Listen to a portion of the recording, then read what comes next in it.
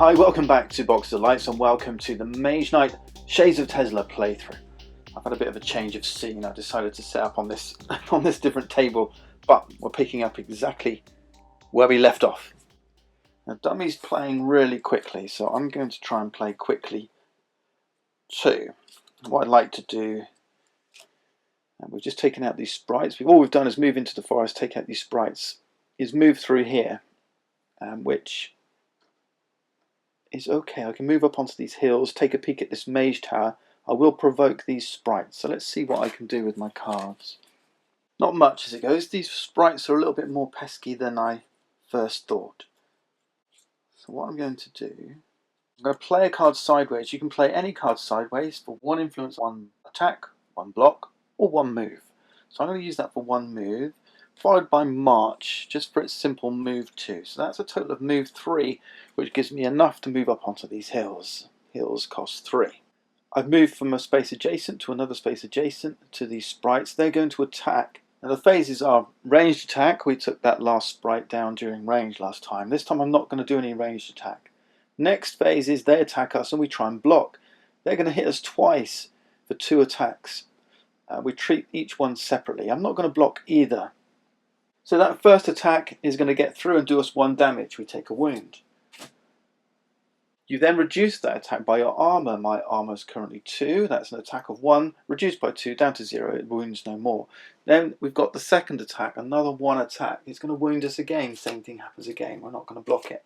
You could choose to block those independently if you wished. But I'm going to need 2 block to block them because only ice block is efficient. Next thing I'm going to do is the attack phase. So this is the melee attack as opposed to the ranged attack.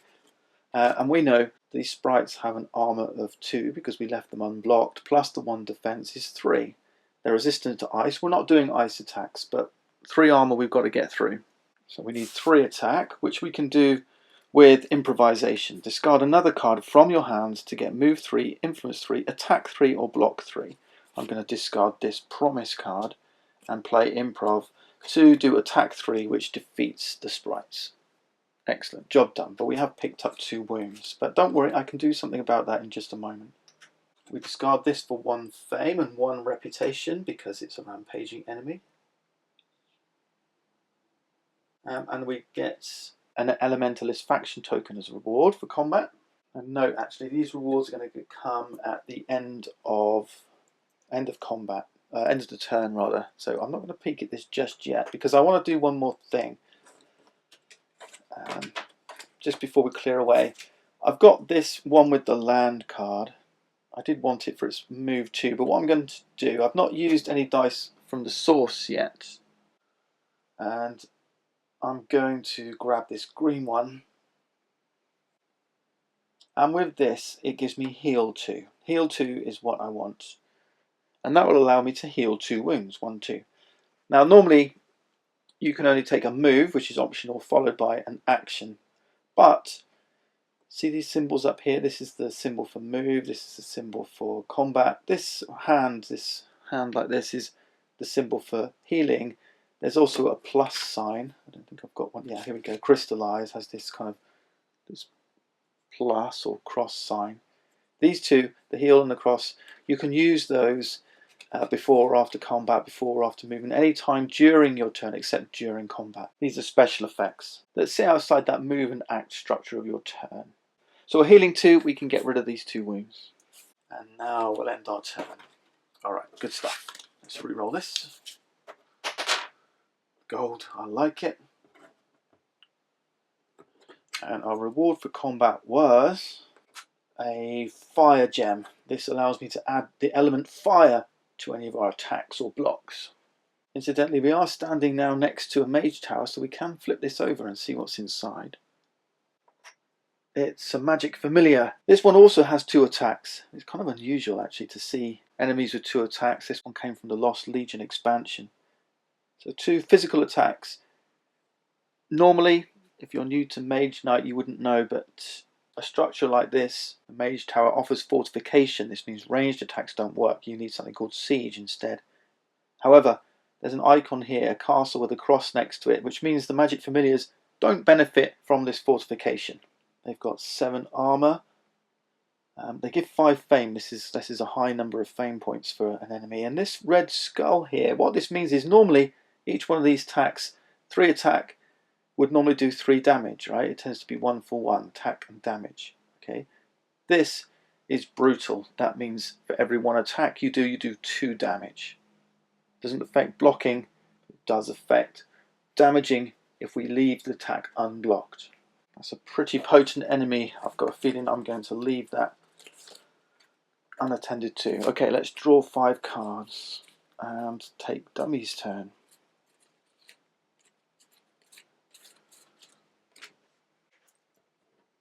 1, 2, not red or green. Okay, we're good, it's blue, but they do only have 3 cards left. So what that means is it's going to be my turn, Dummy's turn, my turn, now call end of round, then my turn. So we do have 3 more turns.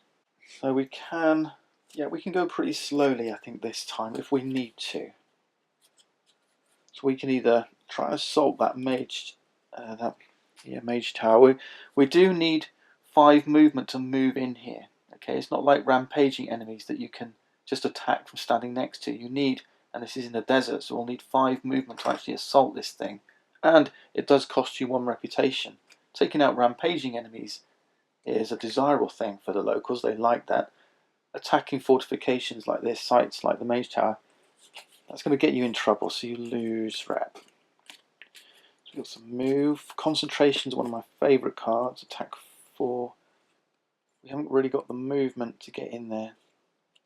Yeah, we can't get in there just yet. We need some stronger cards, or some units would be good. So let's think about moving on. We need move 5 to get into that desert. Yep, I'm just going to play stamina. I'll charge it with this gold mana from the source. I'll turn it blue. This gives us move 4. Not quite enough yet, so I'm going to play 1 more card sideways. Tranquility for move 5. Okay, so 4 plus 1, 5, move 5, and that will get us into this desert space. What I'm actually going to do there is I'm going to use my mystical map and reveal another tile up to 3 spaces away. So I could put it here, maybe over here. Let's discard this.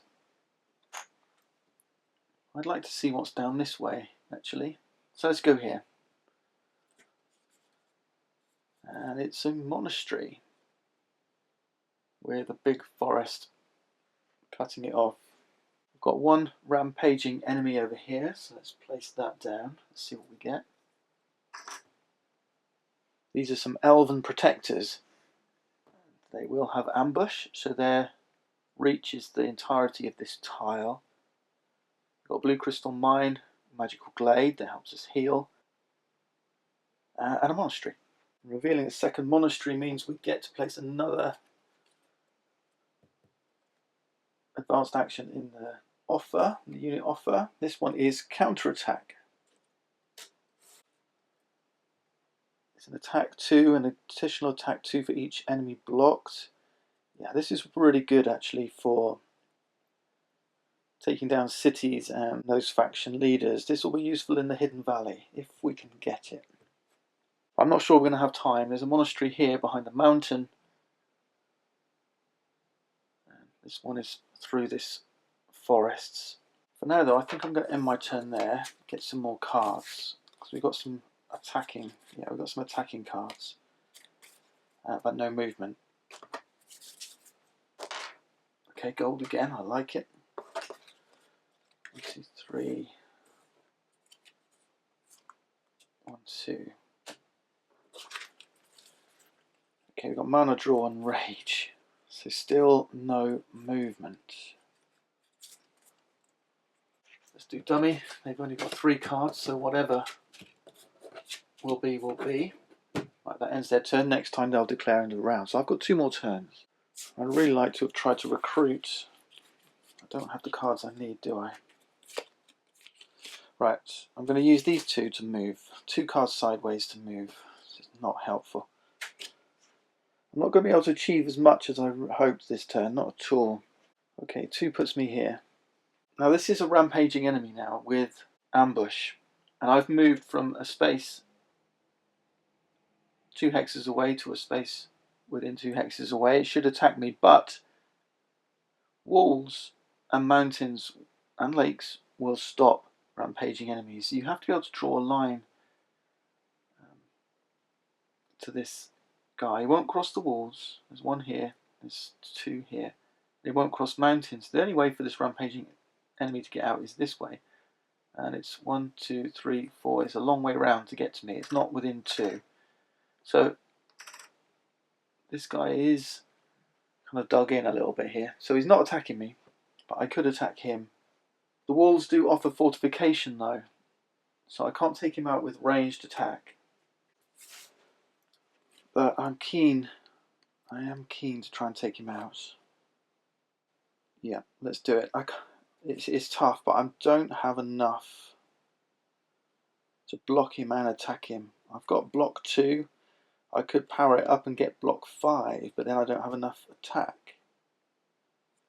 So I didn't have quite enough cards. This guy's got swiftness.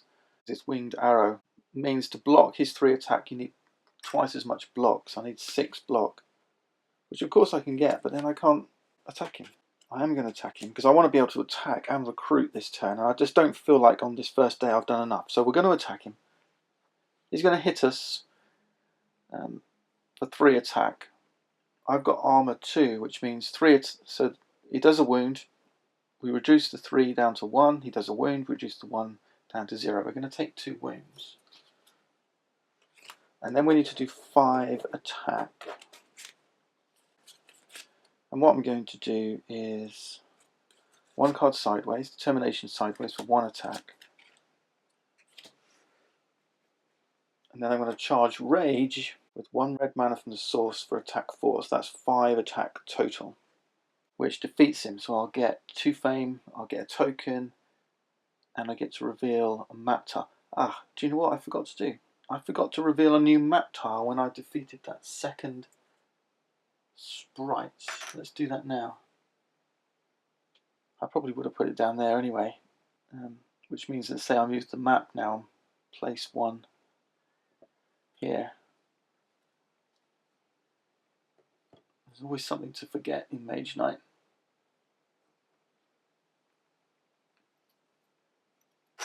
Okay, some more centaurs, village, and a healing glade, which I might need because I'm wounded. Alright, let's go back to this guy. So I am going to end my turn. I'm going to take my combat reward.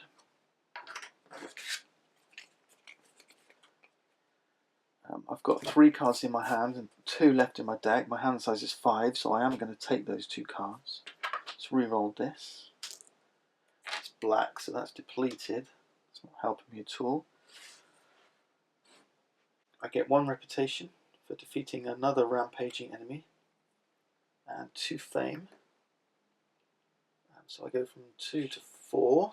I've crossed a line. Now this scenario says, and I guess because fame's hard to come by, using the elementalists, if you cross one of these lines you get 1 additional fame, so we're actually up to 5. We're going to level up at the end of this turn. I grab one of these elementalist faction tokens. This one I like. It's some healing herbs. I can't use them yet because we're in end of turn now.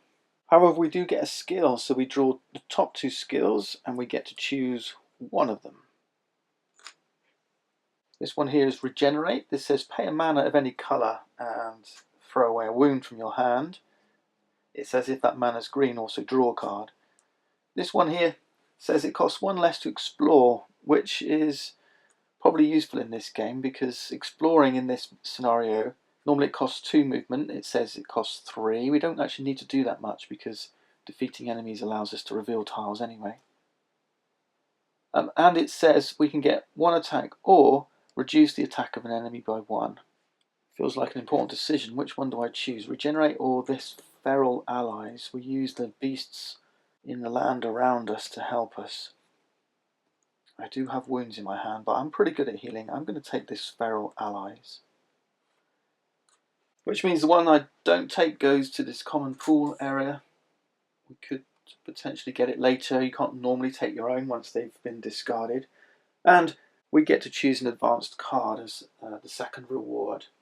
If I don't take Crystal Mastery, this is going to disappear. Gain a crystal to your inventory as a colour you already own. Normally I'll take Force of Nature, I like its Siege Attack 3, but I'm actually going to take Pure Magic because I like the versatility that I think I need at the moment. So I'm taking Pure Magic. The downside is I won't get to see, no, I will get to see it because I shouldn't draw yet. So these two cards are still in my deck. And this goes on the top. Now I'm going to draw. I'm not going to see this last card because I've run out of time and I've got too much wounds. Too many wounds in my hand. Okay, let's restock this. We have Ritual Attack. Dummy's calling end of round and we've got one final turn left to us. I'd like to heal while I can, so I'm going to get rid of these healing herbs, allowing me to, it says either throw a wound from my hand or one from my discard pile. Let's get rid of this. It's a shame I'm not going to get to see, oops, I forgot.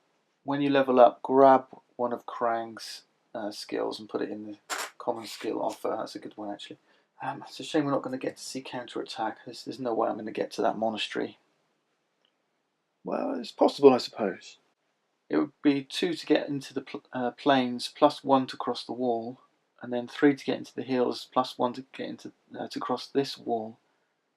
So that's 5, 6, 7 movement. I don't think so. That wound has not helped us because I needed that one extra card, I think. That's a shame. Or I could go down into that maze, but then I don't have enough.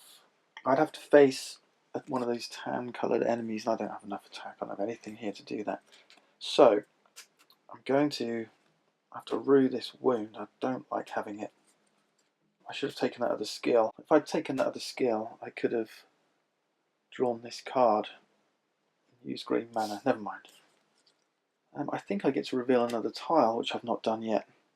And let's see, I've done 1 for the map and I've killed 3 rampaging enemies. Yeah, I get to draw another tile. And this is going to be the first core tile. I'm not going this way. I'm going to put it here. I'm going to put it here, see what we get. It's the Green City. It's not the Hidden Valley. It's got 2 rampaging enemies on there. The Green City is a neutral location. Neither one of us controls it, so I put one of Krang's shields and one of our shields on there. Let's see what we've got here. This is a Cloud Griffin, and this, another Elven Protector. And I'm feeling short of options. So we're going to move and recruit, because I've got +1 reputation from here. Okay, so concentration sideways for 1 move, followed by swiftness. I hate using concentration like this. This is my favourite card, probably of any game. There we go. That's move 3, pushing me up into the refugee camp because it's sitting on hills. I'm going to use the 1 influence I've got for my reputation plus pure magic. When you play this, pay a mana. If you paid green, move 4. If you paid white, influence 4. So we're going to pay white mana from the source for influence 4. And a quick check tells us anything that I can recruit at the village is for the same influence.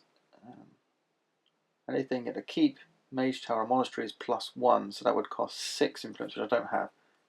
But I could get the Uton Guardsmen, I could get the Foresters, or I could get the Scouts. So any one of these 3. And I'm going to get the Guardsmen. I like their shield, 5 armor. That ends my turn. That ends the round. So what we're going to do, I can't do anything with that wound. It gets shuffled in. There's threaten. The influence 2 that I could have been doing with is I shuffle back up. I shuffle up for Krang, whilst adding in the bottom card here from Advanced Actions Offer. I get rid of this one, it's a white one, so we add a white crystal to Krang's card. These shuffle down, refresh. This goes on the bottom. New advanced action. Return into night. Re-roll the source. Here's a gold one. I didn't want to see that. These go away.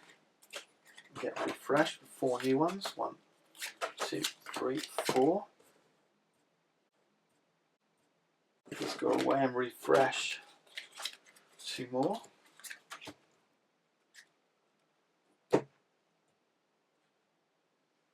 We draw back up our hand of 5 cards. 1, 2, 3, 4, 5. There's that wound. We've got a couple of swiftness, which is good. Can we get enough fame to level up? We've got lots of influence here as well, potentially. Alright, let's grab a tactic and figure out what we'd like to do next time. I think we're going to take Mana Search. Once per turn, before you use mana from the source room, you roll up to 2 mana. And the reason why is because we haven't got any spells yet, and we've got a black in here and we've got a gold in here which is depleted, which is no good to anybody, so I'm not very hopeful with the source. So Mana Search it's going to be. Let's see what dummy chooses. Long Nights. Okay, so they're going to go first. This gets discarded. We'll do dummy and then we'll wrap up for this video and you can join me next time. Okay, let's see what dummy does. 1, 2, 3. It's green. That's 1 more card. I do just need to fix the unit offer though, because we've revealed our first core tile. The first of these units needs to be gold. So let's just shuffle those 2 back in. What you do as soon as you get that first gold, so core terrain tile, from now on 1 unit is gold, then silver, then gold, then silver. Okay, join me next time then as we continue our quest to find the hidden valley and defeat the High Priestess.